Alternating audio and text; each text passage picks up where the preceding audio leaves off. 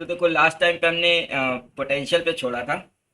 अब जैसे मान लेते हैं हम्म। कि हमें यू दिया हुआ है, मान लेते हैं, लेट कर लेते हैं कि यू एक्स, यानी कि potential energy as a function of position, अलग अलग पोजीशन पे पोटेंशियल एनर्जी हमें पता है, इज गिवन, हमें पता है।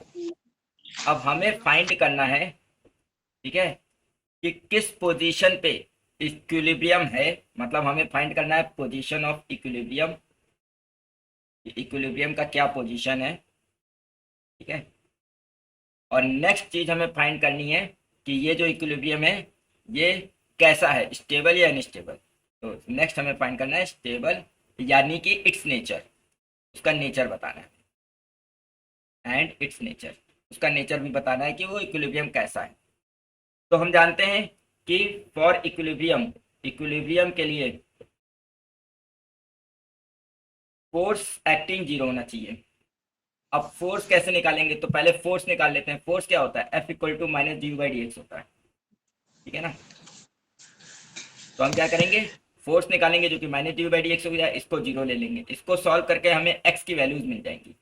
जो भी मान लेते हैं एक्स की वैल्यूज, एक्स आई, आई के टर्म्स में आ जाती है, यानी x one x two x three and so on करके आ जाती है। अब हमको ये जो पोजीशंस मिली है इस पे चेक करना है कि किस पोजीशन पे मैक्सिमा है और किस पोजीशन पे मिनिमा है। क्यों, क्योंकि हमें ये चेक करना है ना कि कहाँ पे जो है मतलब स्टेबल इक्विलिब्रियम है, कहाँ पे अनस्टेबल इक्विलिब्रियम। तो मैक्सिमम मिनिमम चेक करने के लिए हम क्या करते थे, डबल डेरिवेटिव करते थे, ठीक है ना। तो हम क्या करेंगे, d two u by d x square निकालेंगे। डबल डेरिवेटिव निकालने के बाद हम देखेंगे कि ये ग्रेटर देन जीरो है, इक्वल टू जीरो है, या लेस देन जीरो, ठीक है। अगर d two u by d x square यानी second derivative of potential greater than zero है, तो यानी कि x for some point x equal to x i, तो यानी एक्स आई पे क्या है, मैक्सिमा या मिनिमम, बताओ, किसी को याद है। हम्म, हम्म? शायद मिनिमा आएगा। देखो x equal to x i पे क्या आना चाहिए, मिनिमा आना चाहिए, ये तुम्हारा कहना हम्म। है। देखो वैसे तो हम जब चेक करते थे, याद होगा, तो हम्म। अगर डबल डेरिवेटिव निकालते थे किसी फंक्शन का, ठीक है ना, हम्म। और वो डबल डेरिवेटिव क्या है, एक्स इक्वल टू एक्स आई रखने पे क्या आ जाए, पॉजिटिव आ जाए, हाँ हाँ तो हम कहते थे मिनिमा है। क्या कहते थे, हाँ। मिनिमा। मिनिमा। जीरो आ जाए तो हम क्या कहते थे, मैक्सिमा है, ठीक है। हाँ। और ऐसे ही दूसरा तुम कर सकते हो, ठीक है। तो अगर हम डबल डेरिवेटिव चेक कर रहे हैं तो एक्स मतलब अगर ये ग्रेटर देन जीरो आ जाए तो एक्स आई हो जाएगा मिनिमा का केस, है ना। तो at hmm. X equal to x i minima आता, मिनिमा है, ठीक है। लेकिन एट एक्स, और अगर जो है वो देखें एक्स इक्वल टू जीरो आ जाए यानी कि न्यूट्रल है यहाँ पे, है ना। और अगर हम्म। एक्स लेस देन जीरो है तो x equal to x i पे यह है मैक्सिमा है, ठीक है। ठीक। यानी कि ये जो u है हमारा, ये इस पॉइंट पे मिनिमम है, और जिस पॉइंट पे मिनिमम होगा उस पॉइंट पे इक्विलिब्रियम कैसा होगा, स्टेबल होगा। तो यहाँ टेबल पे क्या होगा। होगा, स्टेबल इक्विलिब्रियम होगा, स्टेबल। और इस केस में अनस्टेबल इक्विलिब्रियम होगा, ठीक है। हम्म। लेकिन सेम केस अगर फोर्स के लिए देखें, अगर हम इसी हम्म। को फोर्स के लिए सोचें, यहाँ पे हाँ। फोर्स के लिए के टर्म्स में देखें, तो d two u by d x square actual में d f by d x है ना। हम्म। बोलो है कि नहीं है। हम्म। अगर हम D f by d x को सोचें और ये ग्रेटर देन जीरो है, तो इस हाँ। केस में क्योंकि जो डबल जो फोर्स होता है वो उसमें एक नेगेटिव साइन और डाल दिया जाता है, जिसकी वजह हम्म। से ये जो कंडीशन है ये रिवर्स हो जाएंगी, यानी greater than zero x equal to x i पे मिनिमा वो मैक्सिमा हो मैक्सिमा को जाएगा। रिप्रेजेंट करेगा, ठीक है ना। हम्म। और मैक्सिमा मतलब अनस्टेबल इक्विलिब्रियम हो जाएगा। हम्म। और ऐसे ही लेस देन जीरो जो होगा वो किसको रिप्रेजेंट करेगा, x equal to x minima. I, minima को रिप्रेजेंट करेगा, और ठीक वो है ना। अनस्टेबल हो जाएगा। तो इस चीज का ध्यान रखना तो है कि अगर पोटेंशियल के लिए डायरेक्ट सोचे तो ये कंडीशंस फॉलो होंगी, और अगर हम हम्म। जो है इसके टर्म्स में देखें, फोर्स के टर्म्स में, तो कंडीशन रिवर्स हो जाएगी, ठीक है। हम्म। ओके, इस पे बेस एक क्वेश्चन भी करके देखते हैं। ठीक। तो मान लेते हैं कि एक बॉडी है और वो इस पोटेंशियल में है, पोटेंशियल मतलब यहाँ पे पोटेंशियल एनर्जी से ही है, पोटेंशियल अगर खाली हाँ, दिया होता तो वो अलग होता है। ये यहाँ पे पोटेंशियल एनर्जी कह रहे हैं कि जो पोटेंशियल एनर्जी वो ये है, इस पोटेंशियल एनर्जी में है, मतलब potential energy according to position x के अकॉर्डिंग वेरी कर रही है। जहाँ एक्स हमारा पोजीशन है, हमको बताना है कि किस किस पोजीशन पे पोटेंशियल, किस किस पोजीशन पे इक्विलिब्रियम है और ये इक्विलिब्रियम कैसा है, ठीक है ना, इसका नेचर बताना है। साथ ही साथ जहाँ पे हम्म, स्टेबल इक्विलिब्रियम है वहां पे टाइम हाँ, पीरियड भी बताना है कि बॉडी का टाइम पीरियड क्या होगा स्टेबल इक्विलिब्रियम के अराउंड, ठीक है। ठीक।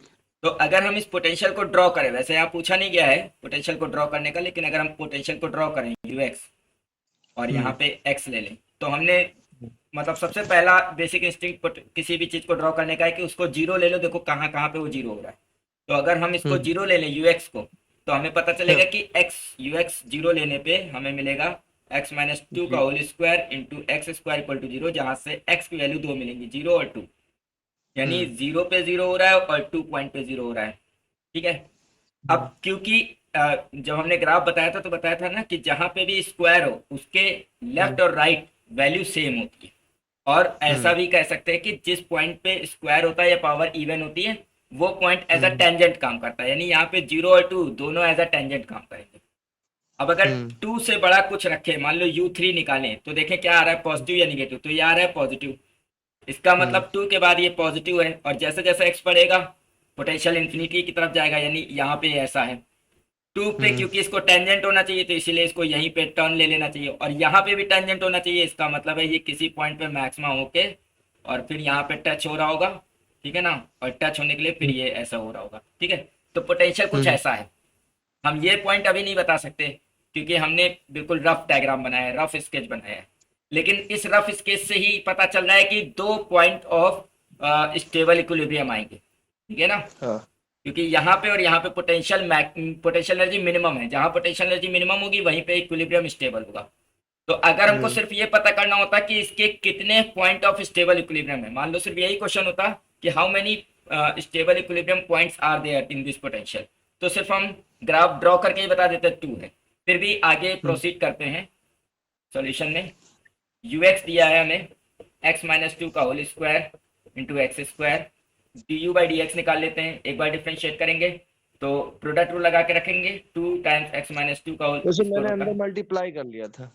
नहीं हमने मल्टीप्लाई नहीं किया क्योंकि मल्टीप्लाई करने के लिए पहले स्क्वायर खोलना पड़ेगा।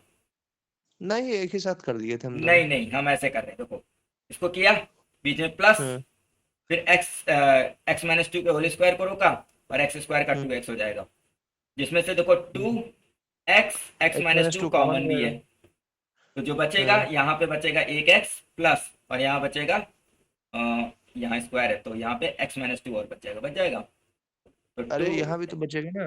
कहाँ, अच्छा टू, अच्छा टू एक्स भी कॉमन ले लिया हाँ हूँ। टू, ठीक। टू एक्स भी कॉमन ले लिए, एक एक्स यहाँ बच गया, तो ये हो गया two x x minus two और ये आया टू एक्स माइनस टू, यानी टू और कॉमन ले लो तो फोर बाहर, एक्स माइनस वन आ गया हम्म, d u by d x. अब d u by d x को जीरो ले लो तो एक्स की वैल्यूज आ गई जीरो वन टू, तो देखो जीरो और टू तो पहले दिख रही थी, बीच में वन और मिल गई, ठीक है। हाँ तो वन टू मेरा भी आया है, हाँ जीरो मेरा नहीं आया। तो जीरो यहाँ एक्स इक्वल इस एक्चुअल में इसलिए नहीं आया होगा, हम तुमको बताते हैं, ऐसा लोगों के साथ होता है। जैसे हाँ, x square minus two x equal to zero आया, तो कुछ लोग क्या करते हैं, कहते हैं x square equal to two x है, एक एक्स कट जाएगा, एक्स इक्वल टू टू आएगा। समझ गया, यही हमने एक गलती है, एक्स कॉमन जब लेकर आप मैंने एक्स जीरो किया था। काट देते हैं तो एक रूट कम हो जाता है, ऐसा नहीं करना चाहिए, समझ ठीक है गया, ना, समझ गया, हमेशा समझ कॉमन गया, लेके समझ काम गया, करना है, ओके। समझ गया, वो कॉमन लेके हटा दिए थे ना। हाँ तो वो गलती है, ठीक है। तो हम्म, ये जीरो वन टू आया, अब इसका डबल डेरिवेटिव कर लो d t u by d x square. अब देखो तीन हम्म, का प्रोडक्ट रूल लगाना लंबा है, इसलिए किसी एक को अंदर मल्टीप्लाई कर लो, ठीक है, और फोर हाँ, को हाँ, तो फोर बाहर, हम इसको x minus x square minus two x और एक्स माइनस टू का प्रोडक्ट रूल लगा रहे हैं ना, तो x square minus two x का को रोका, एक्स माइनस वन का किया तो वन आएगा, बीच में प्लस, फिर एक्स माइनस वन को रोका और इसका करेंगे x square minus two x का तो आएगा टू एक्स माइनस टू आएगा। हम्म, इसको सॉल्व कर लो, d t u by d x square निकाल लो कितना आ जाएगा, तो फोर बाहर और ये हो ट्वेल्व जाएगा। X square hmm, minus 24x plus 8।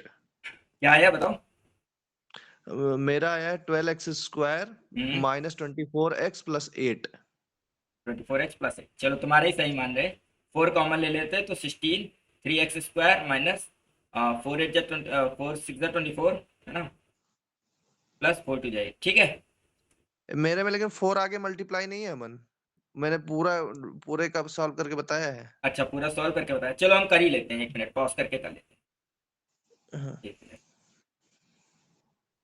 Okay, तो डबल डेरिवेटिव ये आया। अब हम हर एक डबल डेरिवेटिव पे चेक कर लेते हैं।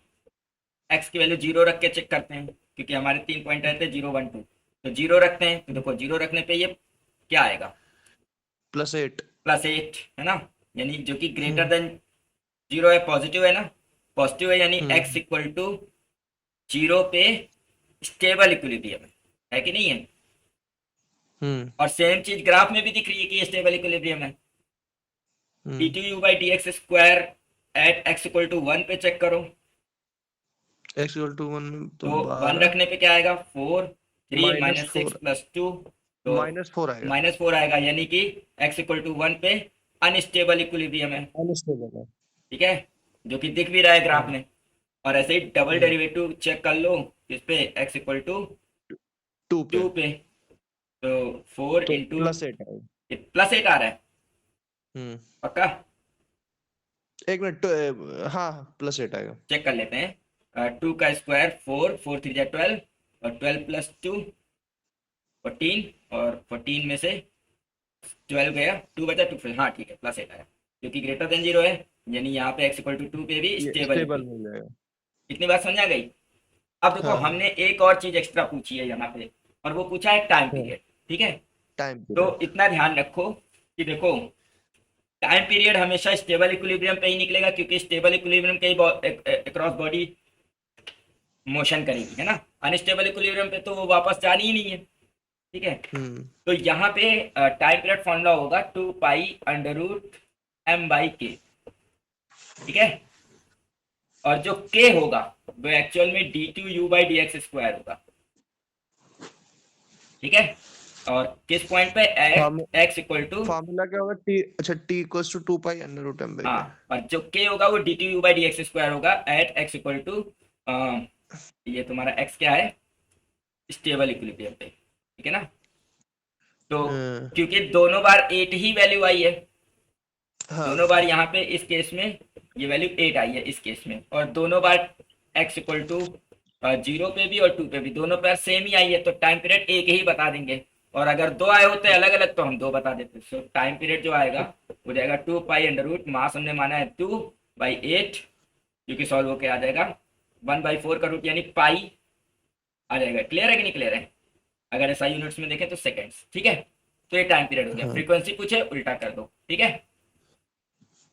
तो कभी कभी अमन ऐसा टाइम पीरियड का अमन क्वेश्चन पूछता है, हाँ पूछो। नहीं, ये जो टाइम पीरियड वाला था ये तो जैसे स्प्रिंग वाला है वही वाला है ना? हाँ वही, मतलब फॉर्मूला वही है, लेकिन यहाँ पे है। के double derivative of potential energy होती है, यह ध्यान रखना है, ठीक है। अच्छा, जो स्प्रिंग कांस्टेंट उसी में जो हाँ वही ठीक है। ठीक है, पोटेंशियल एनर्जी के रूप में ही सेव रहती है। ठीक ठीक ठीक है। ठीक। ओके, आगे बढ़ते हैं। तो देखो, वर्क एनर्जी थ्योरम क्या कहती है कि जो वर्क डन है वो इक्वल टू होता है चेंज इन काइनेटिक एनर्जी, हम्म। ठीक है। ये वर्क एनर्जी थ्योरम है, ठीक है। अब यहाँ पे इस चीज का ध्यान रखना है कि ये जो वर्क डन निकालेंगे हम, है ना, हाँ। इसमें जितने भी फोर्सेस है उन सबको इंक्लूड करेंगे, इन्वॉल्व है सबके द्वारा। ठीक है, हाँ। क्योंकि देखो, कंजर्वेटिव और नॉन हाँ, कंजर्वेटिव। क्योंकि अगर जो है, इसलिए ऐसा है क्योंकि अगर जैसे कभी कभी क्या होता है कि मान लो एक बॉल चल रही है। अब मान हम्म। लेते हैं एग्जाम्पल के लिए कि एक बॉल चल रही है, उसका मास m था, उसकी स्पीड v थी। थोड़ी देर बाद हम्म। कोई रेजिस्टिंग फोर्स लगा, F रेजिस्टिंग, और थोड़ी देर बाद उसकी स्पीड हाफ हो गई, ठीक है।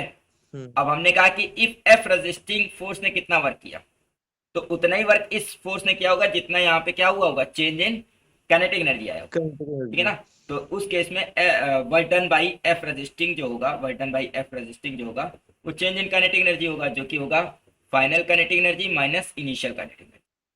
और हम्म। फाइनल काइनेटिक एनर्जी है या हाफ m v/2 का होल स्क्वायर, जो कि क्योंकि यहाँ पे फाइनल एनर्जी कम ही है, तो चाहो तो तुम इसमें उल्टा साइन ले सकते हो कि इनिशियल में फाइनल घटा दे, पॉजिटिव बताने के लिए, ठीक है। हम्म। तो ये ओवरऑल जो भी आएगा mv² यानी कि ये आ जाएगा 1/4 mv² आ जाएगा ना, ठीक है।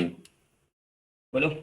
अब इसमें लेकिन एक चीज है, मान लो एक क्वेश्चन ऐसा है, किसी बॉडी को मैंने नीचे से ऊपर फेंका, ठीक है, और जब ये बॉडी ऊपर गई, ये तो एग्जाम्पल 1 था, मान लेते हैं एक और एग्जाम्पल, एग्जाम्पल 2, किसी बॉडी को मैंने ऊपर से नीचे से ऊपर फेंका, अब ये ऊपर गई, ठीक है, तो ये अगेंस्ट ग्रेविटी ऊपर गई, ठीक है, ग्रेविटी नीचे लग रही है, और इस केस में मान लो एयर भी काम कर रही है, तो उस केस में वर्क एनर्जी थ्योरम कैसे काम करेगी? उस केस में जो इधर वर्क होगा, वहां पे दो वर्क होंगे, एक रेजिस्टिंग फोर्स का और एक यहाँ पे ग्रेविटी वाला भी लेंगे, ठीक है, बात समझ आ रही है?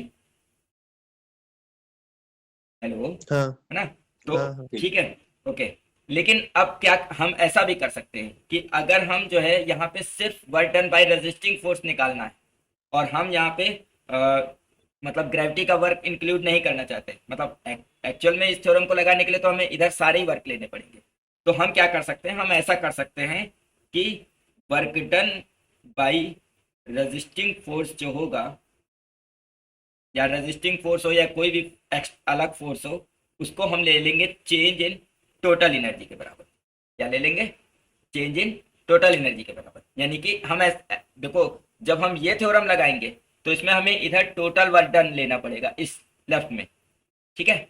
लेकिन अब यहाँ पे क्या था, सिर्फ काइनेटिक एनर्जी में चेंज आ रहा था। मान लेते बॉडी हॉरिजेंटली मूव कर रही थी, मान लेते सेम हाइट पे, यहाँ भी जिस हाइट पे थी यहाँ भी उसी हाइट पे, यहाँ भी इसी हाइट पे, सेम हाइट पे मूव कर रही, तो पोटेंशियल एनर्जी में कोई चेंज नहीं आ रहा है, तो हम सीधे कह दिए कि रेजिस्टिंग फोर्स जो वर्क कर रहा है वो ये कर रहा है, चेंज इन काइनेटिक एनर्जी के बराबर।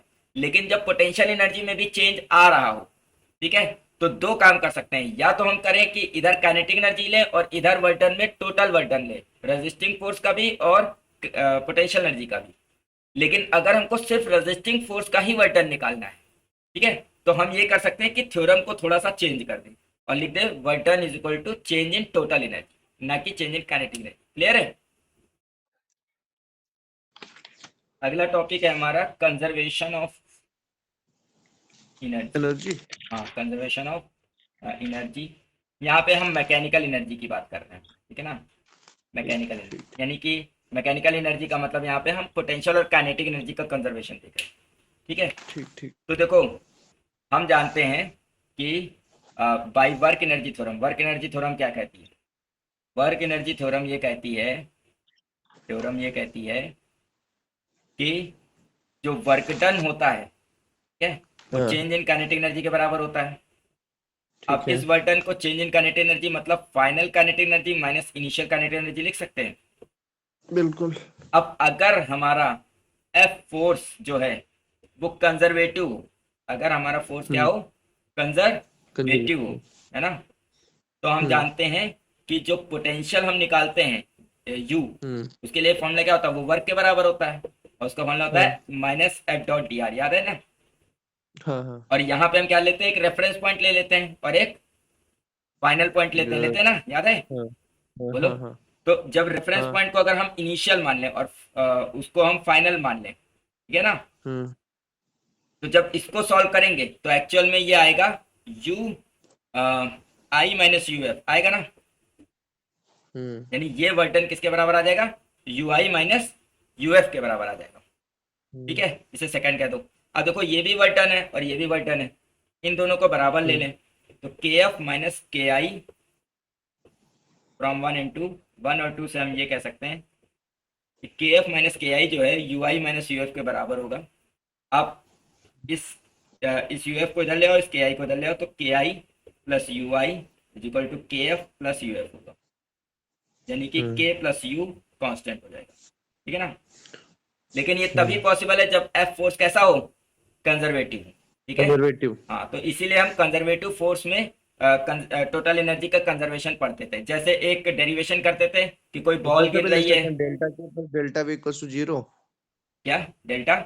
Delta K plus delta V equals to zero भी लिख सकते हाँ, हैं ये ना। भी कह सकते हैं, बिल्कुल कह सकते हैं, क्योंकि चेंज जीरो होगा, है ना। ये कह सकते हैं कि delta K plus delta U equal to zero, ये कह सकते हैं कि change in kinetic energy equal to negative time change in potential energy, ठीक है ना।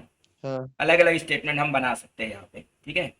खैर, हम ये कहना चाह रहे हैं कि जैसे हमने क्या किया था पहले, कभी 9th 10th में किया होगा कि कोई बॉल ऊपर से गिर रही है हाइट से, है ना, उसके हाँ 3 पॉइंट पे हाँ एनर्जी निकालते थे, काइनेटिक और पोटेंशियल, और सम करते थे, हर बार mgh आता था, और हम हाँ कहते थे MGH। कंजर्वेशन को फॉलो कर रहा है ना। हाँ हाँ तो वो जो डेरिवेशन था वो स्पेशली किसके लिए था, ग्रेविटेशनल के लिए था। अगर हम कहें कि हाँ इसको इलास्टिक स्प्रिंग के लिए प्रूव करो तो फिर से हमको करना पड़ता, लेकिन ये जो डेरिवेशन है ये एक जनरल डेरिवेशन है, क्योंकि इसमें हाँ सारे कंजर्वेटिव फोर्स को एक साथ इंक्लूड कर लिया है, ठीक है। तो कंजर्वेशन ऑफ मैकेनिकल एनर्जी तभी काम करेगा जब फोर्सेस एक्टिंग जो हों वो हमारे कंजर्वेटिव होने चाहिए। क्लियर है? हम्म। ओके। और लेकिन जो हमारी वर्क एनर्जी थ्योरम है वो हमेशा काम करेगी, चाहे फोर्सेस एक्टिंग कंजर्वेटिव हो चाहे नॉन कंजर्वेटिव। हम्म। आगे बात करते हैं। अगला टॉपिक है पावर। पावर क्या है? पावर है rate of doing work is called power. Rate of hmm. Doing work, work करने का जो रेट है, कितनी स्पीड से वर्क किया जा रहा है, कह सकते हैं doing work is hmm. Power, ठीक है ना। इसमें कुएं और से पानी पावर को का बहाव। फॉर्मूला होता है dw/dt, है ना, हम्म। क्योंकि रेट ऑफ डूइंग वर्क है, ठीक है। हम्म। तो ये फॉर्मूला है। ऑल्सो हम ये भी कह सकते हैं कि P equal to d d t of work done का फॉर्मूला क्या होता है, फोर्स इंटू डिस्प्लेसमेंट F होता है इंटू ना। D. Hmm. F dot s as a vector होता है। तो हम्म। अगर एफ फोर्स कांस्टेंट हो, कांस्टेंट। अगर एफ फोर्स कांस्टेंट हो तो पावर का एक फॉर्म, तो एफ को हम बाहर निकाल सकते हैं, dot D D S S by by D d T T, हो जाएगा। जो तो कि वी पावर के का एक बराबर और होता फॉर्मूला हो जाएगा, एफ है, F into dot v. V, ठीक है ना। तो for constant force power is product of force into force and. Velocity, ठीक है। हाँ। ओके। पावर में ज्यादा कुछ नहीं है, बाकी हम इसकी यूनिट्स जानते ही हैं। इनकी यूनिट होती है हम्म। वॉट, ठीक है ना। वन कभी वॉट, कभार हाफ पावर हाँ में कन्वर्जन हो हाँ, जाता वन है। वॉट का मतलब होता है 1 जूल पर सेकेंड। बाकी जूल पर किलो वॉट सेकंड। हो सकती है जो कि 10 की पावर 3 वॉट तो है। पावर 3 हो मेगा जाएगा। वॉट हो सकती है जो 10 की पावर 6 वॉट 6। है, ठीक है ना। और हम्म। बाकी जो है हॉर्स पावर हो सकता है जो कि seven seven fifty forty six six what होता है, ठीक है ना। तो बाकी हम्म। और कुछ नया नहीं है। अच्छा एक चीज और है, कभी कभी हम्म। ना कंफ्यूज हो जाता है इंसान, पूछता है किलो हम्म। वाट आर किसकी यूनिट है, बताएगा कोई? वो इलेक्ट्रिकल पावर की। बस यही गलत हो गया, ठीक है। इसीलिए हमने ये क्वेश्चन पूछा, क्यों? क्योंकि जो वॉट इसमें वर्ड आ रहा है ना, उस पर जैसे हाँ। एम्फेसाइज हो रहा है, बार बार दिमाग में आता है ये पावर की है, नहीं। ये किलो वाट तो पावर है, इंटू आर तो टाइम है ना, तो पावर इंटू टाइम किसकी होती है, एनर्जी की। ये इलेक्ट्रिकल एनर्जी की यूनिट है, इस पे हमेशा ध्यान रखना, ठीक है। हाँ मतलब पूरा कंप्लीट सेंटेंस है, एनर्जी कंज्यूम्ड इन हाँ आवर्स। हाँ, ठीक है। ठीक। तो ये एनर्जी का हम्म। यूनिट है। आगे बढ़ते हैं। अगला हमारा टॉपिक है कोलिजन, है ना। कोलिजन क्या है? हम कोलिजन की डेफिनेशन अगर हम देते हैं तो हम ये कहते हैं कि जब हम्म। किसी एक बॉडी का मोशन किसी हाँ। दूसरी बॉडी के प्रेजेंस से चेंज हो जाए तो उसी को हम्म। कोलिजन कहते हैं, ठीक है ना। जब किसी एक प्रेजेंट। बॉडी का मोशन किसी दूसरी बॉडी की प्रेजेंस से चेंज हो जाए, जैसे हाँ। कोलिजन के जब हम क्वेश्चन पढ़ते हैं हम कहते हैं दो बॉल्स आई कोलाइड करी, ठीक है।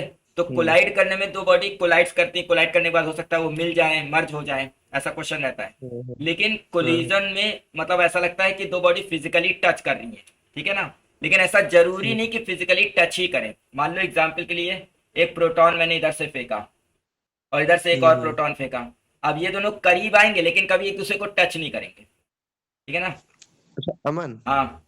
जो प्रोटॉन वाला तुम्हारा एग्जांपल है, हम्म। आज के सिनेरियो में गलत नहीं हो सकता है? नहीं, कैसे गलत हो जाएगा?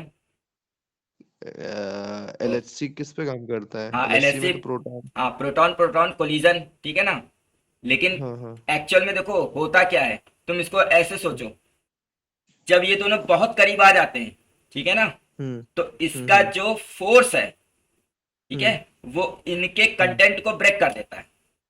या ये दोनों के जो मतलब चार्ज की वजह से जो फोर्स लग रहा है रिपल्सिव फोर्स, वो कंटेंट को ब्रेक कर देता है, लेकिन एक्चुअल में हम्म। फिजिकली ये टच नहीं करते कभी, ठीक है। बिना फिजिकली टच करे ब्रेकेज हो सकता है? बिल्कुल हो सकता है।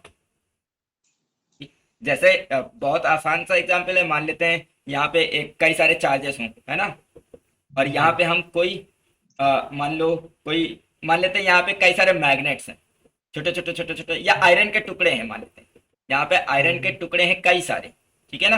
हम्म। और हम्म। यहाँ पे हमने एक इलेक्ट्रोमैग्नेट लगाया मान लेते हैं इससे हम्म। दूरी पे, ठीक है ना।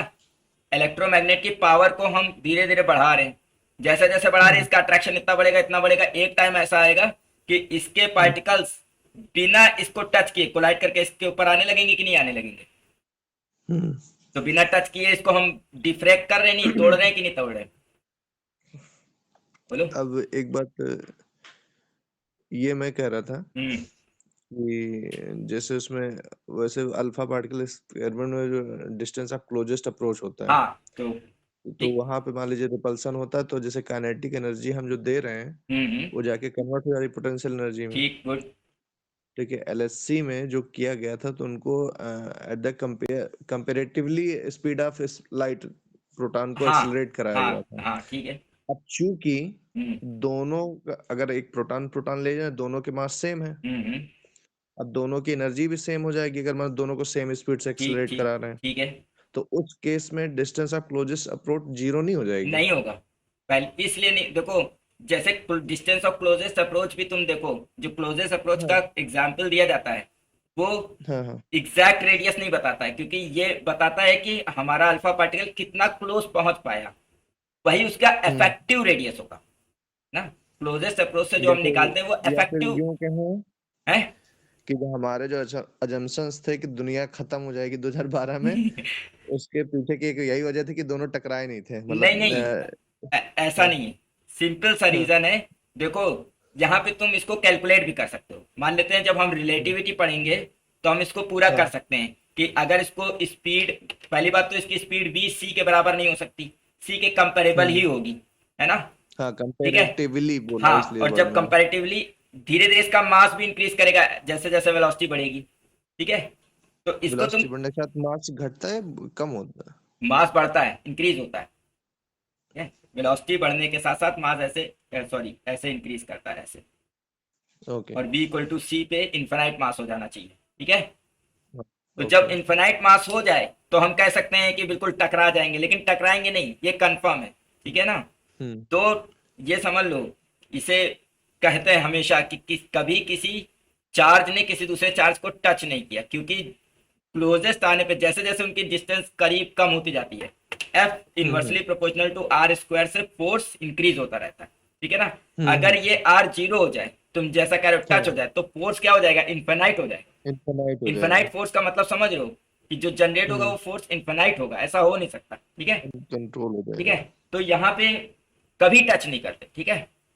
अब देखो माइक्रोस्कोपिक वर्ड में हम कहते हैं कि ये दो पेन आए टकराए, तो यहाँ पे फिजिकली हम्म टच हो रहा है, ठीक है। हम्म कोलिजन से हम यही सोचते हैं कि कोई चीज टकराई, फिजिकली कांटेक्ट में आई, ठीक है। हम्म। लेकिन एक्चुअल में ऐसा जरूरी नहीं है हो, अगर तुम इन पेन को भी देखोगे और इनको भी माइक्रोस्कोपिक लेवल पे देखोगे तो इसके आउटर इलेक्ट्रॉन इसके आउटर इलेक्ट्रॉन बिल्कुल करीब आए होंगे, ठीक है। हाँ और हाँ। फिर एक दूसरे से दूर चले गए होंगे, और सिर्फ फोर्स का नॉन कांटेक्ट फॉर्म में ट्रांसमिट होने की वजह से एक मतलब फोर्स महसूस होगा, जिसे हम कह सकते हैं कि हाँ दो चीजें टकराई, लेकिन एक्चुअल में दो चीजें कभी भी नहीं टकराती, ठीक है।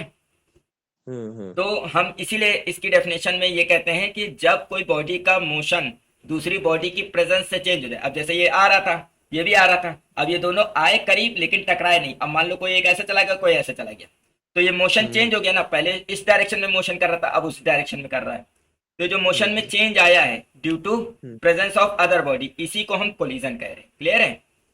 हाँ। ठीक है, ओके। सेम अल्फा पार्टिकल का भी एग्जांपल ले सकते हैं। अब ये कोलिजन जो है वो तीन टाइप का है, ठीक है। कौन कौन से तीन टाइप है, पहला है परफेक्टली इलास्टिक। इलास्टिक कोलिजन, ठीक है। हम्म दूसरा है in elastic collision, hmm in elastic collision. और हम्म। तीसरा है elastic. Perfectly in elastic collision, in elastic collision है।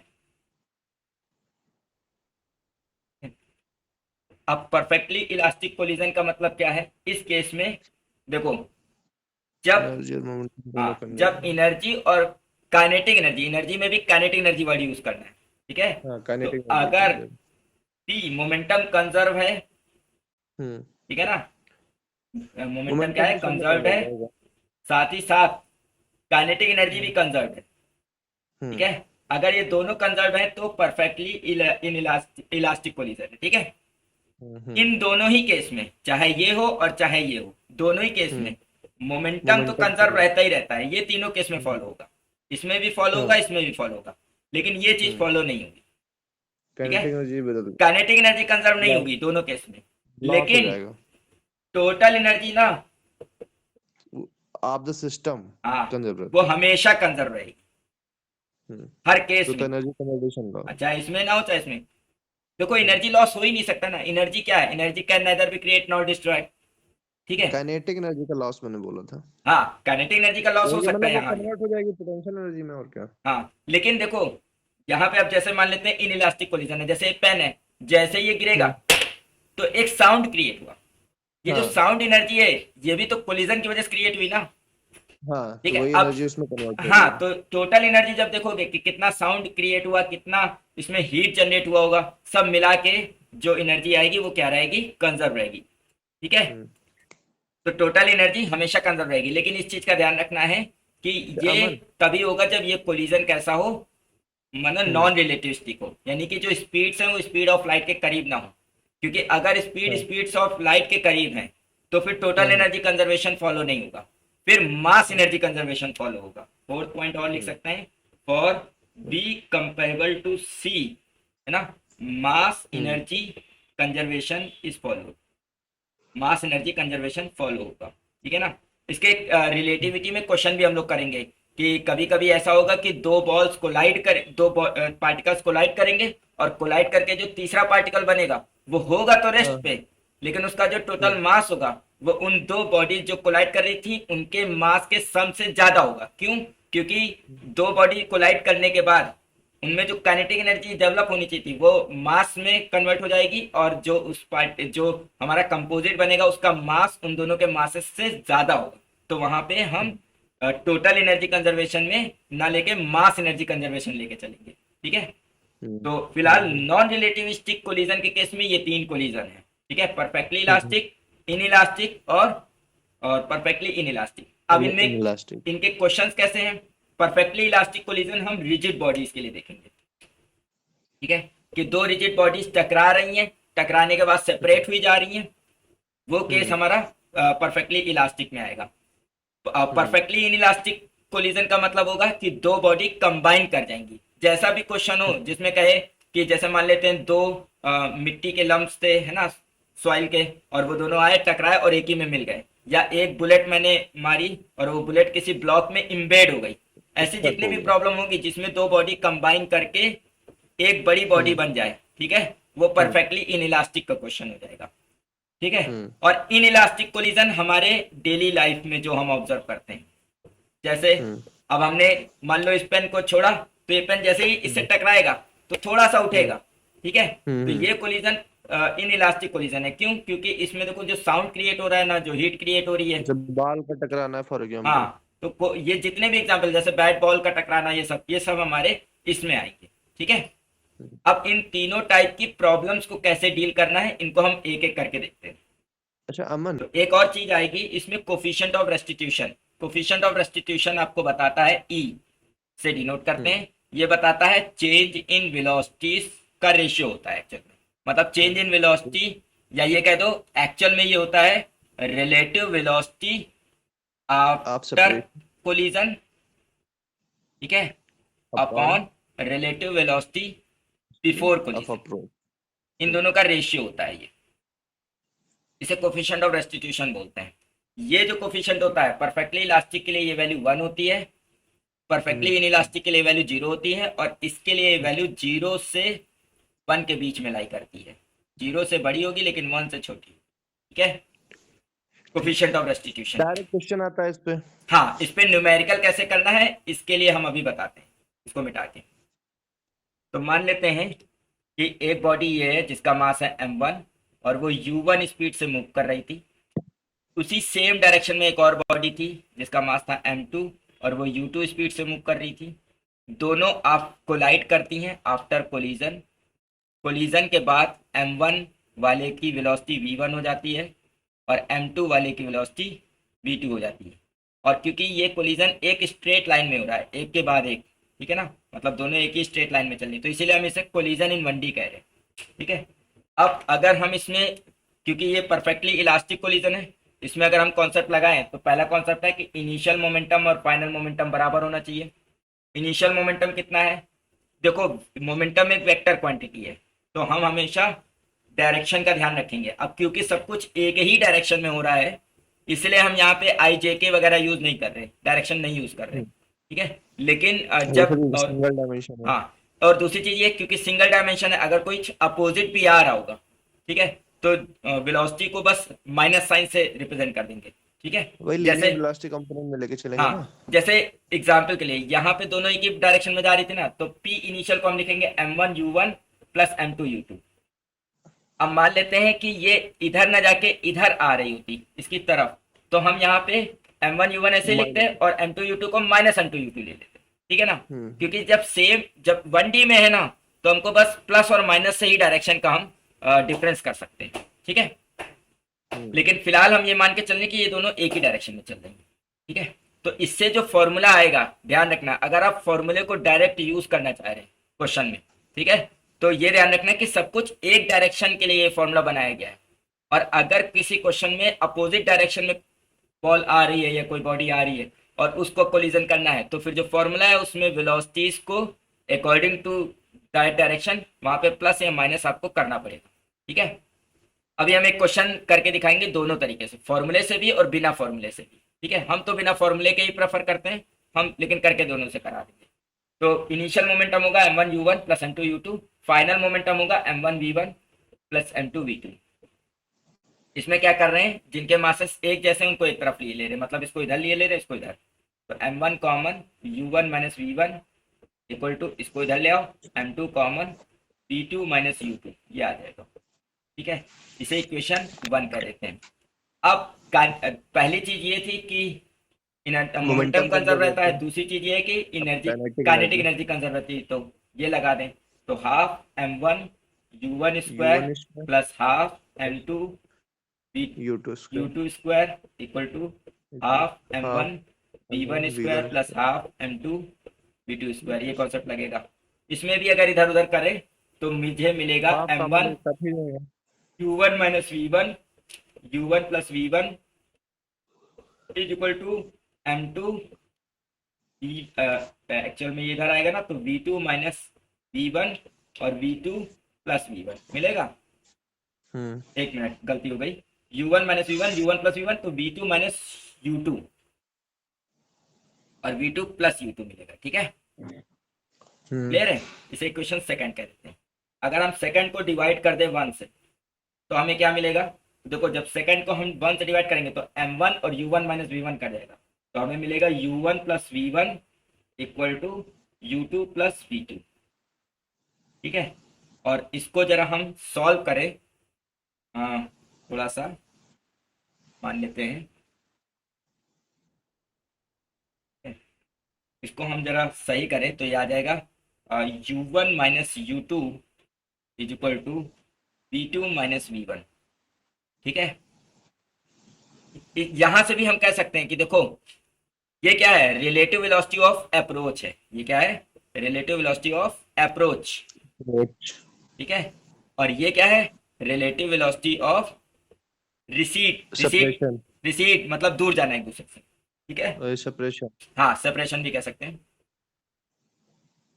तो देखो, और अगर हम ई निकालना चाहें तो पीछे क्या बताए थे, relative velocity ratio. Of after collision before collision का रेशियो ही तो ई होता है।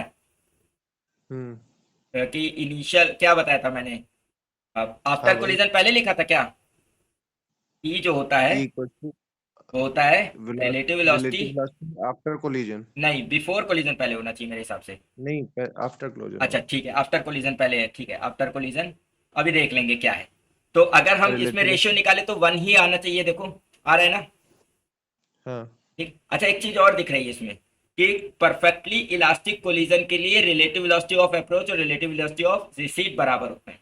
ठीक है, हाँ तो ऐसा भी क्वेश्चन पूछ सकता है कि which of the following is true for perfectly elastic collision, और इसमें ये और ये कंडीशन ना देके ये कंडीशन पूछ ले। ठीक है, हम्म ओके, और आगे बढ़ते हैं। अच्छा देखो, अब हम क्या कर सकते हैं, इस इक्वेशन को 3 कह देते हैं, 3। तो हम क्या कर सकते हैं, 1 और 3 को आसानी से आपस में सॉल्व कर सकते हैं, पेयर ऑफ वो मेथड लगा के। भाई एलिमिनेशन मेथड लगाओ कि इक्वेशन 1 इसमें कुछ मास का मल्टीप्लाई करके और इसमें ऐड कर दो, तो ऐसे कर सकते हैं ना, हाँ। है ना। तो आसान है, मतलब हम क्या करेंगे, जैसे इसमें देखो M2V2, इसको सॉल्व कर लें, जैसे मान लो ये है M1V1 प्लस M2V2 ये है। हम क्या करें, इस पूरे में M1 का मल्टीप्लाई करा दे, तो यहाँ आ जाएगा M1V2 माइनस M1V1, और फिर इसमें M1V1 है ये, फिर इस इक्वेशन को इस इक्वेशन में ऐड करेंगे तो M1V1 कट जाएगा, तो सॉल्व करके V2 की वैल्यू आ जाएगी। ठीक है, तो सॉल्विंग 1 और 2 को सॉल्व करके जो हमें मिलेगा V1 और V2, वो फॉर्मूला हम लिखे दे रहे हैं यहाँ पे, V1 क्या मिलेगा और V2 क्या मिलेगा। ठीक है, तो देखो ये क्वेश्चन है कि दो बॉडीज हैं जिनका मास इक्वल है। ठीक है, मान लेते हैं एक हम्म। इसका मास m है और इसका भी मास m है, वो दोनों एक दूसरे की तरफ अप्रोच कर रहे हैं, इसकी स्पीड u1 है, इसकी स्पीड u2 है। आफ्टर कोलिजन हम्म। इनकी स्पीड बतानी है क्या होगी। ठीक है ना, और हम्म। कोलिजन जो है वो हमारा इलास्टिक है, परफेक्टली इलास्टिक कह सकते हैं। ठीक है ना, यहाँ पे लिखा है कोलिजन इज परफेक्टली इलास्टिक, समझे आप, इज परफेक्टली इलास्टिक। यहाँ पे कोलिजन जो है वो परफेक्टली इलास्टिक वाला है। तो हम एक केस कर सकते हैं कि हम डायरेक्ट फॉर्मूला यूज कर लें। तो डायरेक्ट फॉर्मूला अगर हम्म। हम यूज करना चाहें तो V1 का फॉर्मूला क्या है, M1 माइनस M2, तो M1 की जगह M माइनस M2 की सेम जगह M सेम है। फिर जीरो U1 हो जाएगा। U1 की जगह U1 रहेगा, प्लस हम्म। 2M2, और U2 की जगह क्या लिखा जाएगा, माइनस U2। क्यों, हाँ। क्योंकि हमने जो डेरिवेशन किया था उसमें दोनों एक ही डायरेक्शन में जा रहे थे, सेम। है ना। हाँ तो हाँ। हमने इस डायरेक्शन को पॉजिटिव माना था, और ये इस डायरेक्शन में आ रही तो माइनस U2 यूज करेंगे। ठीक है, माइनस यू टू ही आएगा। Upon M1 plus M2 2M आ जाएगा, आ जाएगा। हम्म। तो V1 जो हम्म। आएगा वो माइनस U2 आ जाएगा, सॉल्व करके, क्लियर है। हम्म। ठीक, और इसे V2 सॉल्व यू करेंगे सिमिलर वे में, V2 निकालेंगे तो वो आ जाएगा you minus U one. Minus U1 आएगा, नहीं, माइनस नहीं, प्लस प्लस आएगा। U1 आएगा। ठीक है, ठीक है, प्लस हम्म। U1 आएगा। ओके, अच्छा अगर हमको मान लो इसमें फॉर्मूला यूज ना करना होता, हम फिर हमें इसको हम्म। कैसे करते। ठीक है, तो फिर वही कंजर्वेशन ऑफ मोमेंटम हाँ लगाते हैं ठीक है, तो और हम इसको काइनेटिक करके एनर्जी दिखा का पुल देते हैं, करते देखो हैं। क्योंकि होता ये है ना कि फॉर्मूला लगा के तो इजीली आंसर आ गया तुरंत। ठीक है, अब हम ये हम्म। देखते हैं कि बिना फॉर्मूला लगाए अगर करते तो कितना टाइम लगता। तो देखो पहले conservation of momentum, initial momentum equal to final momentum होना चाहिए, तो m u hmm. One plus कीजिएगा माइनस एम यू टू आ जाएगा, is equal to m v one plus कीजिएगा प्लस एम वी टू, क्योंकि फाइनल वेलोसिटी के बारे में हमें नहीं पता, तो v one plus v two आ जाएगा यहाँ पे u one minus you two आ जाएगा, एम हम्म। कॉमन लेके काट दिया। अब हम कंजर्वेशन ऑफ एनर्जी नहीं लगाएंगे, क्योंकि इसलिए हम्म। नहीं लगाएंगे क्योंकि वो लंबा जाता है, उसके बाद जो रिजल्ट आया था वो यूज करेंगे। V2 माइनस V1 क्या होता है, U1 माइनस U2 के बराबर होता है ना। इसे हम्म। इक्वेशन सेकंड कह देंगे। अब 1 और 2 को ऐड करो। ठीक है, तो जैसे ही ऐड करेंगे ये V1 कट जाएगा, 2V2 इज इक्वल टू क्या हो जाएगा यहाँ पे, V2 माइनस V1। ऐड करना है ना। हाँ, तो ऐड किया तो 2V2 इक्वल टू तो क्या हुआ, twice u one minus twice u two, ऐसा तो नहीं तो आएगा एक होगा। मिनट, कुछ गलती कर दी क्या मैंने, एम यू हाँ वन हाँ। Plus m u two equal to m v one plus, तो U1 माइनस यू टू आया, और V2 माइनस V1। एक एक जाएगा तो शायद प्लस हो अच्छा जाएगा हाँ, उधर। यहाँ पे प्लस हो जाएगा क्योंकि अपोजिट डायरेक्शन में आ रहा है ना, तो जब ऐड करेंगे हम्म। तो देखो ये U2 कट जाएगा, एक टू कट यू वन आ जाएगा। जाएगा, तो V2 हाँ इक्वल टू यू वन आया आया ना, हाँ। वही रिजल्ट जो यहाँ पे आया था। ठीक है, हम्म। और ऐसे ही 1 में रख दो इसको, तो V1 प्लस V2 की जगह U1 equal to U1 minus U2, तो ये कट जाएगा तो V1 equal to minus U2 आ जाएगा। माइनस ठीक यू है, टू तो बचेगा। हम हमेशा यही मेथड प्रेफर करते हैं, सही बताए तो हमें फॉर्मूला नहीं याद रहता है। ठीक है, बाकी हम्म। तुम्हारे ऊपर है, तुम चाहे मतलब ऐसे कर सकते हो चाहे ऐसे कर सकते हो, फॉर्मूला याद रहे तो ऐसे कर सकते हो, फॉर्मूला नहीं याद रहे याद तो ऐसे। रहा तो ये कर लो, नहीं याद रहा तो ये वाला कर हाँ लो। ठीक है, आगे बढ़ते हैं। ये इस वाले में याद करने का आवश्यकता नहीं अच्छा, है। एक इसमें एक चीज है, इस क्वेश्चन को कराने का एक मकसद था।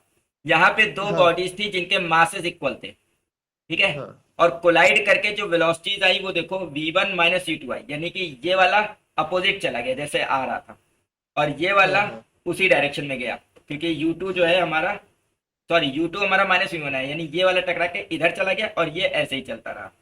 ठीक है, हाँ तो होता ये है कि अगर दो बॉडीज जिनके मासेस सेम है कोलाइड करते हैं तो उनकी वेलोसिटीज इंटरचेंज हो जाती है। ठीक है, तो उनकी वेलोसिटीज क्या हो जाती है, इंटरचेंज। ज्यादातर क्वेश्चन इक्वल वाले आते हैं, अगर ये आपको याद रहेगा तो आप डायरेक्ट ही क्वेश्चन कर सकते हो कोई भी क्वेश्चन।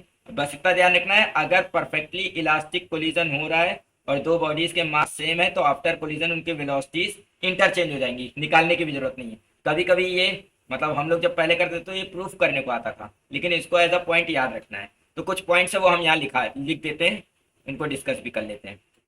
तो देखो ये तीन केसेस ध्यान रखने हैं, ठीक है। हाँ, इन तीनों केसेस में इस चीज का ध्यान रखना है कि जो दो बॉडीज थी वो सेम डायरेक्शन में चल रही थी, क्योंकि हमने डेरिवेशन सेम डायरेक्शन में लेके ही किया था, ठीक है। तो अगर अपोजिट डायरेक्शन में कोई एक बॉडी आ रही होगी तो उसके साइन को उनको रिवर्स करना पड़ेगा। तो ये तो हमने अभी प्रूफ ही किया कि अगर दो बॉडीज का मास सेम होता है तो उनके वेलोसिटीज इंटरचेंज हो जाती है, ठीक है। तो अगर दो बॉडीज का मास सेम है तो देखो v2 u1 हो जाएगा और v1 जो है वो u2 हो जाएगा। अगर m1 बहुत हैवी है, इसका क्वेश्चन आ सकता है कि जैसे कभी कभी कहता है कि एक ट्रक चल रहा है और उस ट्रक ने क्या किया, आगे किसी साइकिल को मारा टक्कर, ठीक है ना। तो आफ्टर कोलिजन ट्रक की और साइकिल की वेलोसिटीज बता दी, ठीक है। तो क्योंकि ट्रक का मास साइकिल के रिस्पेक्ट में बहुत ज्यादा है, ऐसे केस में जिसका मास बहुत ज्यादा है उसकी स्पीड अनअफेक्टेड रहेगी। देखो यहाँ पे m2 बहुत ज्यादा माना है तो u2 अनअफेक्टेड है, ठीक है। तो ऐसे तुम रियलाइज भी कर सकते हो, सोच भी सकते हो कि कोई चीज बहुत हैवी आ रही है और उसके सामने कोई छोटी सी चीज पड़ जाए, कि मतलब कोई बड़ी सी बॉल आ रही है उसके सामने एक चींटी आ जाए, तो बॉल की स्पीड में कोई फर्क नहीं पड़ेगा, चींटी उसी में समेट जाएगी, है ना। लेकिन जो दूसरी बॉडी है उसकी वेलोसिटी इस तरीके से चेंज हो जाएगी, v2 is equal to 2u1 minus u2 हो जाएगा, ठीक है। जो पहले की वेलोसिटी थी, जो हैवी बॉडी की वेलोसिटी थी, उसका डबल माइनस उसकी खुद की वेलोसिटी। इस केस में क्योंकि वन वाली बॉडी हल्की है तो double of the heavy velocity जो कि 2 टाइम्स u2 माइनस उसकी खुद की वेलोसिटी, ठीक है ना। तो ये रिलेशन भी ध्यान रखना क्योंकि इससे डायरेक्ट क्वेश्चन पूछा जाएगा, जो अगर पूछा जाएगा तो, ठीक है। तो हो सकता है ये डायरेक्ट क्वेश्चन पूछे, जैसे मान लो ये वाला ना पूछे, ऐसे ही पूछ ले कि एक बहुत बड़ी बॉल है, हैवी बॉल है और वो किसी बहुत हल्की बॉल से टकराती है, टकराने के बाद हैवी बॉल की वेलोसिटी क्या रहेगी, और चार ऑप्शन दे दे, तो आपको याद रखना है कि हैवी वाली बॉल की जो वेलोसिटी है वो अनअफेक्टेड रहेगी। क्लियर है, आगे बढ़ते हैं। तो ये हो गया हमारा परफेक्टली इलास्टिक कोलिजन इन 1D। अब अगर हमें परफेक्टली इलास्टिक कोलिजन इन 2D का क्वेश्चन आता है, ठीक है, तो कैसे करेंगे उसको भी देख लेते हैं। अगला है perfectly elastic collision, elastic collision इन 2D। तो मान लेते हैं कि एक बॉल है, ठीक है, उसका मास है m1 और वो u1 स्पीड से मूव करती हुई किसी और बॉल से टकराई जिसका मास है m2, उसकी स्पीड u2 थी। और आफ्टर कोलिजन ये दोनों मान लेते सेम डायरेक्शन में जो थी वो इसकी इनिशियल लाइन थी। इस इनिशियल लाइन से एक बॉडी इस डायरेक्शन में चली गई u1 स्पीड से, सॉरी v1 स्पीड से, उसका मास m1 था, और दूसरी बॉडी इस डायरेक्शन में चली गई m2 v2 स्पीड से, और मान लेते हैं ये एंगल इसका थीटा है और ये एंगल इसका पाई, ठीक है। तो इस केस में क्या होगा, इस केस में हमें कंजर्वेशन दो लेने पड़ेंगे। मान लेते हैं ये x एक्सिस है हमारा और ये हमारा y एक्सिस है, ठीक है। तो बिफोर कोलिजन अगर हम इनिशियल मोमेंटम और फाइनल मोमेंटम देखें अलोंग x एक्सिस पहले, तो ये भी बॉडी दोनों x एक्सिस के अलोंग चल रही थी, तो होगा m1 u1 plus m2 u2 is equal to, और आफ्टर कोलिजन, तो आफ्टर कोलिजन इस बॉडी का x डायरेक्शन में मोमेंटम जो है वो है m1 v1 cos थीटा, क्योंकि ये एंगल यहाँ पे इस v1 वेलोसिटी का इस डायरेक्शन में कंपोनेंट आएगा ना, v1 cos थीटा आएगा, और ऐसे ही इसका कंपोनेंट इधर आएगा v2 cos फाई, और इनका नीचे की ओर कंपोनेंट आएगा v2 sin फाई, और इसका ऊपर की ओर आएगा v1 sin थीटा, ठीक है। तो जब x डायरेक्शन में हम कंजर्वेशन ऑफ मोमेंटम लेंगे तो m1 v1 cos theta plus m2 v2 cos theta होगा, इसे इक्वेशन 1 कह देंगे। फिर y डायरेक्शन में अलग कंजर्वेशन लेंगे, pi मतलब initial momentum along y axis equal to initial momentum along final momentum along y axis. Initial momentum along y axis कुछ नहीं था इस एग्जांपल के अकॉर्डिंग, अगर क्वेश्चन में कुछ और हो रहा है तो उसमें जो भी होगा वो होगा, यहाँ पे नहीं है। और फाइनल मोमेंटम यहाँ पे क्या है, m1 v1 sin theta plus M2V2 sine theta sine phi. ठीक है, तो एक इक्वेशन ये बनेगी। ठीक है, और एक और इक्वेशन बनेगी जिसमें हम क्या करेंगे, कंजर्वेशन ऑफ एनर्जी लगाएंगे, के इक्वल टू के एफ। अब काइनेटिक एनर्जी तो एक स्केलर क्वांटिटी है, तो उसमें कोई कंपोनेंट नहीं हो, तो इसका डायरेक्ट फॉर्मूला बनेगा half M1 U1 square plus half M2 U2 square is equal to half M1 V1 square plus half M2 V2 square. ठीक है, तो अगर ऐसी कोई प्रॉब्लम आती तो इन तीन इक्वेशन से डील करना पड़ता है। ठीक है, ज़्यादातर इतना बड़ा क्वेश्चन नहीं आता है, क्योंकि जो है फिर इसमें भी एक दिक्कत है। दिक्कत ये है कि हमने इक्वेशन 3 बनाई है, लेकिन हमारे पास अननोन जो है वो 4 है, V1 V2 theta and phi. ठीक है ना, तो कोई तो ज़्यादातर इसमें जो क्वेश्चन आता है वो ऐसा आता है जिसमें कोई एक या दो से ज़्यादा वैल्यूज पता होती है और बाकी निकालनी होती है। ठीक है, तो जो भी क्वेश्चन, अगर इसका कोई क्वेश्चन मिलेगा तो वो हम लोग देख लेंगे। फिलहाल इसमें जो कॉन्सेप्ट लगेगा वो ये है कि अलग अलग डायरेक्शन में मोमेंटम कंजर्वेशन देखना है और काइनेटिक एनर्जी कंजर्वेशन भी देखना है।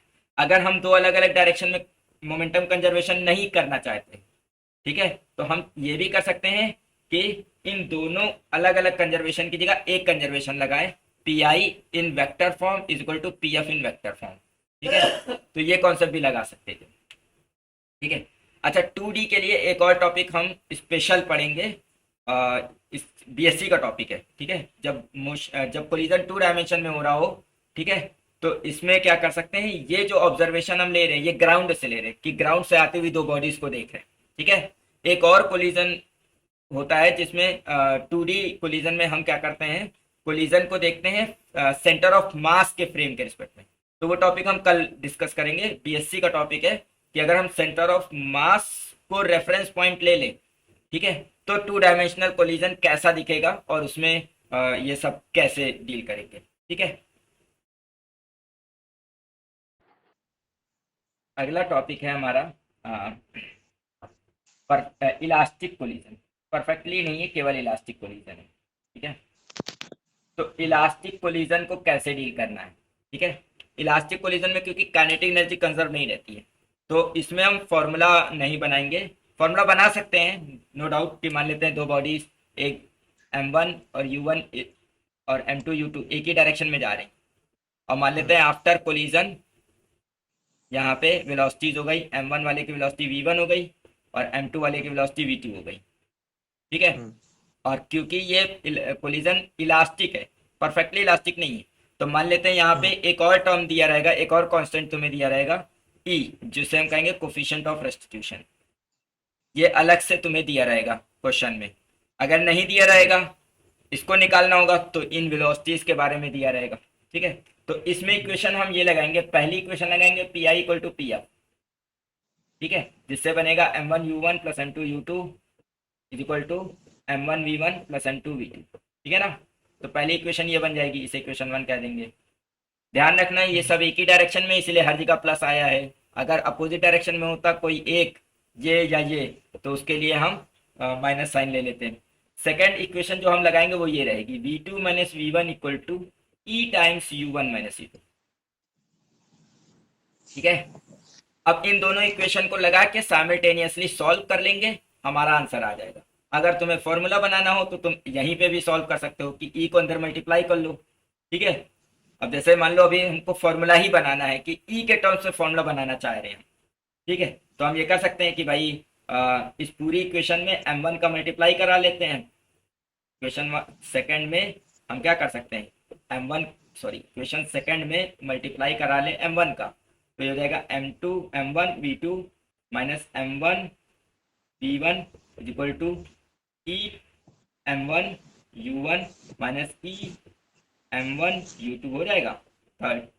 और हम फिर क्या कर सकते हैं, थर्ड को फर्स्ट में ऐड कर सकते हैं। तो जब हम इसको इधर लिख के और ऐड करेंगे तो M1 V1 ये और M1 V1 ये कर जाएगा। ठीक है, तो जो V2 का वैल्यू आएगा वो इसका और इसका सम, यानी कि कुछ ऐसा आ जाएगा, M1 U1 ब्रैकेट में E माइनस E प्लस 1 और फिर इन दोनों में M2 U2 कॉमन। ठीक है, 1 minus E whole divided by M1 plus M2। बोलो, तो ये फॉर्मूला बन जाएगा। क्लियर है ना, तो फॉर्मूला इन दोनों को सॉल्व करके फॉर्मूला बनाना आसान है। बस ये दिक्कत है कि फॉर्मूला याद रखना मुश्किल है, ठीक है, खासतौर से हम तो नहीं याद रखते, इसीलिए हम क्या कर रहे हैं कि सीधे सीधे हम ये याद रखेंगे कि P I equal to P F लगाना है, V two minus V one equal to E U one minus you two लगाना है। इसमें उल्टा रहता है, अगर यहाँ V one minus V two कर दिया है तो यहाँ U two minus U one रखना है, ठीक है। इन दोनों को आपस में साइमल्टेनियसली सॉल्व कर लो, हमारे दोनों वेलोसिटीज आ जाएंगे, या जो भी चीज ना पता हो वो निकाल लो। कभी अगर मान लो लॉस इन काइनेटिक एनर्जी पूछ ले तो पहले फाइनल वेलोसिटीज निकाल लो, फिर फाइनल वेलोसिटीज का डिफरेंस निकाल के लॉस इन काइनेटिक एनर्जी निकाल लो, क्योंकि यहाँ पे काइनेटिक एनर्जी में लॉस तो आएगा ही आएगा, है ना, एनर्जी कंजर्व नहीं है तो एनर्जी में लॉस हो ही रहा होगा काइनेटिक एनर्जी में, ठीक है। तो वो भी हम कैलकुलेट कर सकते हैं। आगे बढ़ते हैं, अगला टॉपिक है perfectly in elastic position, in elastic position. तो परफेक्टली इन इलास्टिक पोजिशन क्या है, इसमें क्या होगा, मान लेते हैं एक बॉडी है जिसका मास m1 है, u1 स्पीड से मूव कर रही है, दूसरी बॉडी m2 जिसका मास u2 है, दोनों आपस में जाके कोलाइड करके एक बॉडी, एक सिंगल बॉडी बना लेती है। अब क्योंकि यहाँ पे नॉन रिलेटिविस्टिक केस है, नॉन रिलेटिविस्टिक केस है, नॉन रिलेटिविस्टिक, इसलिए हम क्या करेंगे, यहाँ पे ये मानेंगे कि जो कंबाइंड बॉडी बनेगी उसका मास m1 प्लस m2 होगा, और उसकी स्पीड मान लो कैपिटल v है, वो हमें बतानी है, या v है वो बतानी है। तो इसमें क्योंकि एक ही वेरिएबल है हमारा v, तो हमें सिर्फ एक ही इक्वेशन की जरूरत है, और वो हमें पता है P I equal to P F, ठीक है, इसी से हमारा काम हो जाएगा। तो m1 u1 plus m2 u2 is equal to m1 plus m2 into v बन जाएगा, ठीक है। तो v आ जाएगा m1 u1 plus m2 u2 upon m1 plus m2, ये हमारा फाइनल वेलोसिटी आ जाएगा, ठीक है। बाकी अगर आपको loss in kinetic energy delta के निकालना है तो आप क्या कर सकते हैं, initial kinetic energy half m1 u1 square plus half m2 u2 square minus final kinetic energy जो कि है half m1 plus m2 v square, v की वैल्यू यहाँ पे रख के इसको एलसीएम लेके सॉल्व कर सकते हैं। तो डेल्टा के जो लॉस इन काइनेटिक एनर्जी आएगा वो आएगा, देख लेते हैं इसमें क्या आ रहा है, वही लिख देते हैं, ये आएगा half m1 m2 upon m1 plus m2 one u1 minus u2 का स्क्वायर, ठीक है। तो ये लॉस इन काइनेटिक एनर्जी का। अच्छा देखो, इस लॉस इन काइनेटिक एनर्जी को हम चाहे तो शॉर्टकट में याद रख सकते हैं, ठीक है, कि जो लॉस इन काइनेटिक एनर्जी है वो है हाफ, किसी को मालूम हो तो ये रिड्यूस्ड मास का फॉर्मूला है, पता है, रिड्यूस्ड मास का फॉर्मूला पता है, अगर दो बॉडीज का रिड्यूस मास निकालना होता है तो 1/m1 plus 1/m2 is equal to 1/म्यू, मान लो रिड्यूस मास हो, है ना, तो इससे निकालते हैं, ठीक है। तो इसको, तो ये रिड्यूस मास का फॉर्मूला है, क्योंकि इसको सॉल्व करेंगे तो m1 प्लस m2 ऊपर आएगा, फिर उल्टा करेंगे तो ये आ जाएगा। तो हम ये कह सकते हैं कि ये है एक्चुअल में लॉस इन काइनेटिक एनर्जी जो है वो है half reduced mass into relative velocity का स्क्वायर।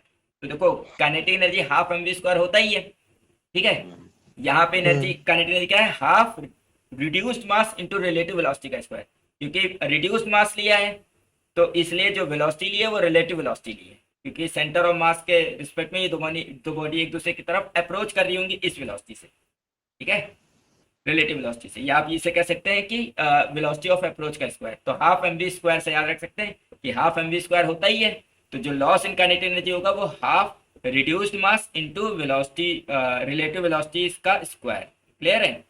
तो ये फॉर्मूला याद रखा जा सकता है, अच्छा है, ठीक है। अगर किसी क्वेश्चन में डायरेक्ट काइनेटिक एनर्जी लॉस निकालना है तो हम इससे निकाल सकते हैं। आगे बढ़ते हैं, तो यहाँ पे बुक में दिया हुआ है कि अगर kinetic change in kinetic energy निकाल रहे हैं इलास्टिक कोलिजन के लिए, इलास्टिक कोलिजन जो बीच वाला था जिसमें कोएफिशिएंट ऑफ रेस्टिट्यूशन दिया होता है, ठीक है, तो उसके लिए फॉर्मूला क्या हो जाएगा, हाफ म्यू हमारा रिड्यूस मास हो गया, वेलोसिटी ऑफ अप्रोच का स्क्वायर, इतना तो अभी हमने याद ही किया, ठीक है, 1 माइनस ई स्क्वायर और आ जाएगा, ठीक है।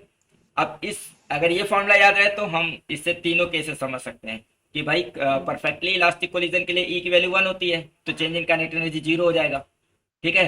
परफेक्टली इन इलास्टिक कोलिजन के लिए ई की वैल्यू 0 होती है तो ये फॉर्मूला बन जाएगा जो भी हमने बताया, और तीसरे केस में ये फॉर्मूला याद रख सकते हैं। अगर ये फॉर्मूला याद रहेगा तो वो जो क्वेश्चन है ना, जो काफी लेंथी बन जाएगा, क्योंकि पहले हम V1 V2 निकालें, फिर लॉस इन काइनेटिक एनर्जी निकालें, तो हम उससे बच सकते हैं। कई सारे स्टेप हमारे रिड्यूस हो जाएंगे, डायरेक्ट हम आंसर निकाल सकते हैं यहाँ से। ठीक है, तो इसलिए ये फॉर्मूला याद रखना ही अच्छा है। आगे बढ़ते हैं।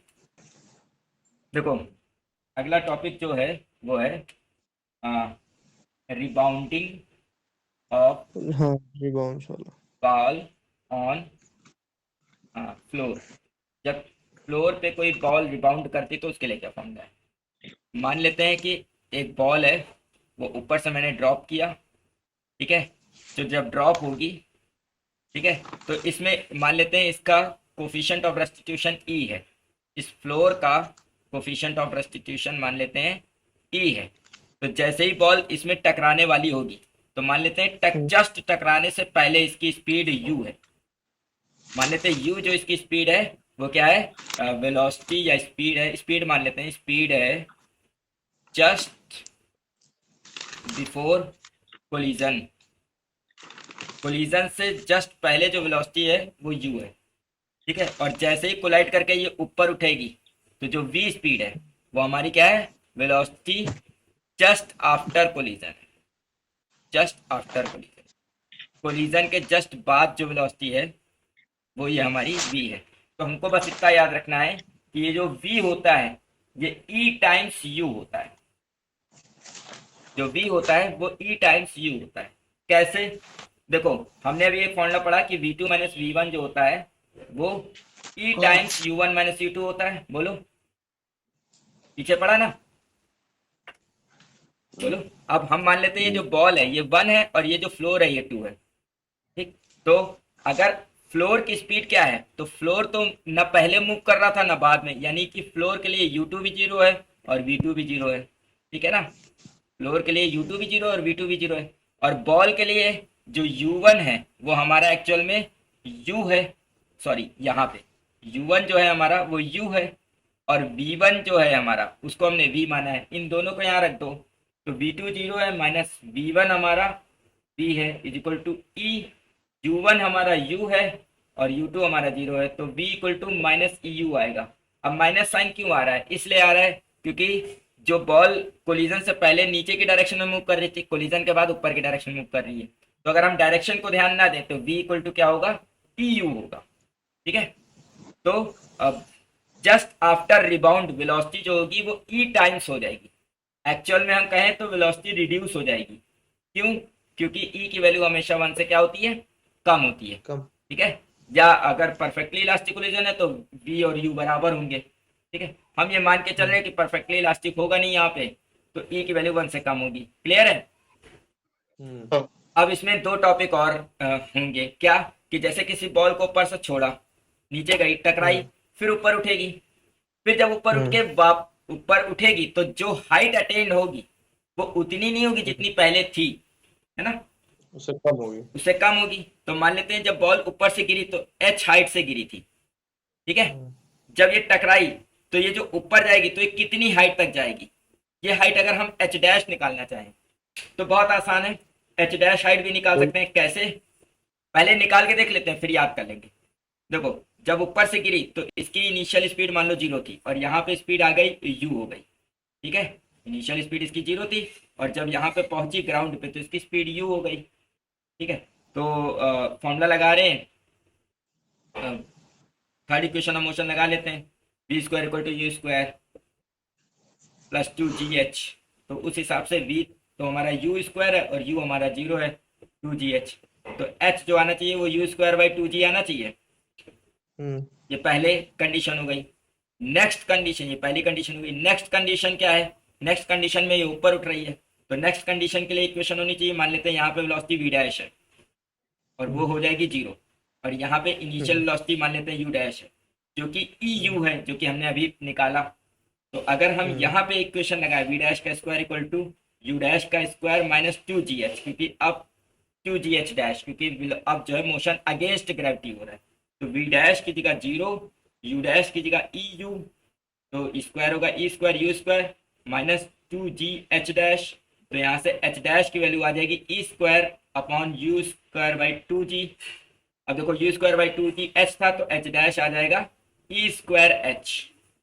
ठीक है, तो ये दो रिजल्ट हमको याद रखने हैं कि जस्ट आफ्टर कोलिजन जो वेलोसिटी होती है वो ई टाइम्स होती है, और जस्ट और कोलिजन के बाद वो जो एच हाइट अटेन करेगी दोबारा वो ई स्क्वायर एच होगी।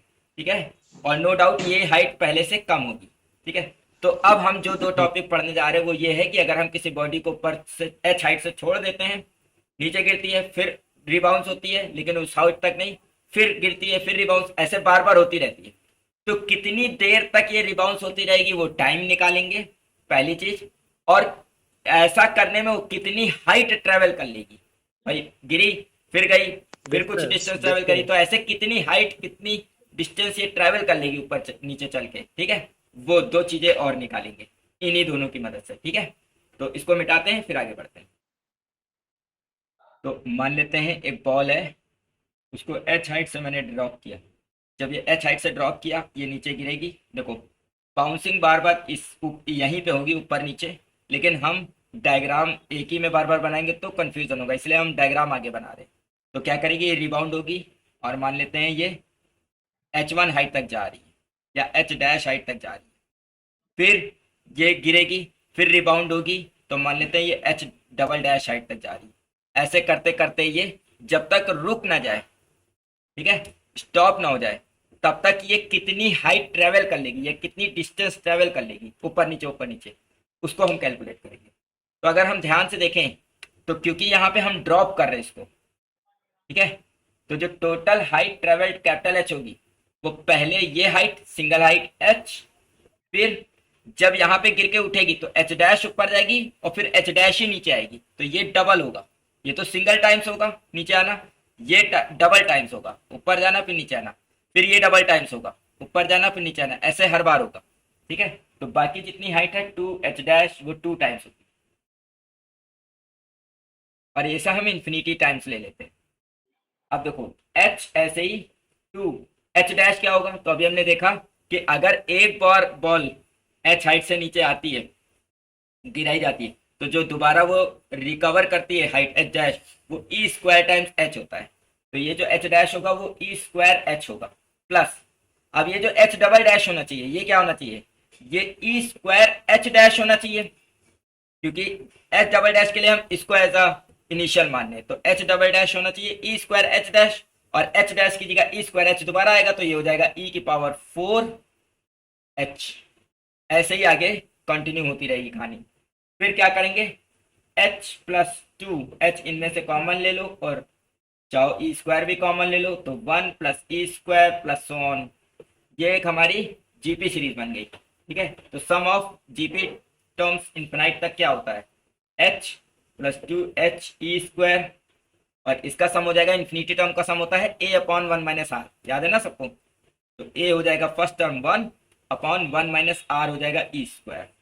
ठीक है, इसमें भी अगेन एच कॉमन ले लो और एलसीएम ले लो, तो ये आ जाएगा 1 माइनस ई स्क्वायर प्लस 2 ई square upon 1 minus E square. ठीक है, जो कि सॉल्व होकर आ जाएगा H times 1 plus e square upon 1 minus E square. तो इतनी हाइट ये ट्रेवल करेगी बिफोर इट स्टॉप्स। क्लियर है? ठीक है, कोई डाउट है इसमें? ऐसे ही हम नहीं। टाइम निकालेंगे, ऐसे ही हम टाइम निकाल सकते हैं कि पहले मान लेते हैं इसको नीचे आने में टाइम लगा टी नॉट, ठीक, फिर मान लेते हैं टी 1 टाइम ये ऊपर गई उतना ही टाइम नीचे आई टी 1 टाइम, फिर ऐसे ही टी 2 टाइम यहाँ लगा, ऐसे ही सो ऑन। तो जो टोटल टाइम होना चाहिए वो T not plus 2 times T 1 plus 2 times T 2 ऐसे करके होना चाहिए, बोलो हम्म। यही तो कॉन्सेप्ट लगना चाहिए।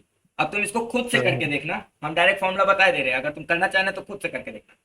भाई टी नॉट कैसे निकालेंगे, तो हम सेकेंड इक्वेशन ऑफ मोशन से एच इक्वल टू क्या होता है, U T plus half A T square half G T square, तो यू जीरो मान के हम टाइम निकाल सकते हैं, टी नॉट आएगा 2 एच बाई जी, है ना, ऐसे ही का रूट आएगा ना, अंडर रूट में 2h नॉट मतलब 2h हाँ बाई जी ठीक है, ऐसे ही इसके 1 लिए प्लस ए अपान अपान 1 माइनस ए। हाँ जो भी है, ऐसे ही इसके लिए भी आ जाएगा, ऐसे ही सबके लिए अलग अलग टाइम आ जाएगा, फिर उसमें हम जीपी लगाएंगे, तो जो टाइम आएगा वो डायरेक्ट आ जाएगा 1 plus E upon 1 minus E brackets under root 2 H by clear है?